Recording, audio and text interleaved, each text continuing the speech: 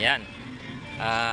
Mayroon tayo ngayong gagawin na ginagawa na ayan, Toyota Vios 2016. Ayan, ito yung head unit niya. So, baklas na. Ayan. Okay. 9-inch. Ayan. Okay. So, kinakabit na lang.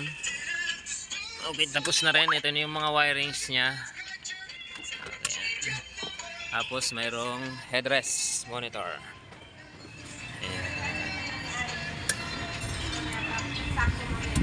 So, ayan. Ito na reverse camera. Kinakabit na. Ayan. So, nandito tayo sa Autocraft. Ayan. Autocraft car accessories. Ayan, ito Autocraft. Ayan. Sa mga nag-aano ng head unit, ayan, car accessories. So hindi lang dito available yung Android natin, meron din silang service.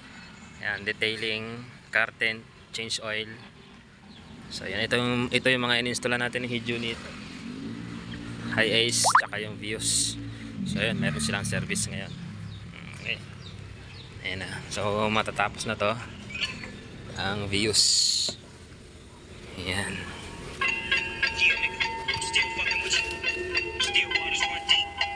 Ayan, ito yung high ace. Ayan, tapos na. Ayan, okay. Update na lang ang kulang nito. So nag-update na siya. And then reverse camera. Nakakonect sa wifi. Ayan.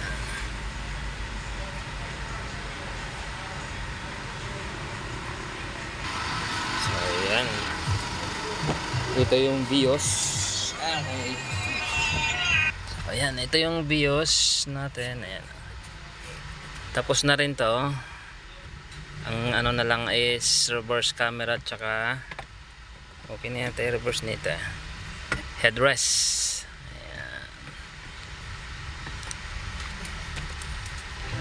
Okay. Ayan.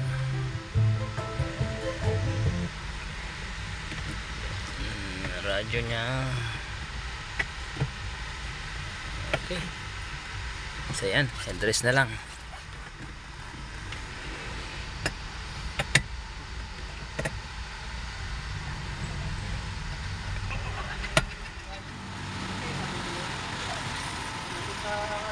Okay, tapos na.